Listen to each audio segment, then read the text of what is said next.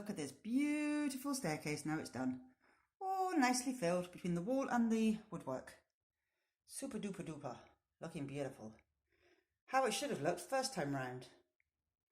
So this now looks like beautiful plastering, marvellous carpentry and painting decorating as it should look, without any defects. But you can only paint and decorate without defects if the plastering and the carpentry is perfect.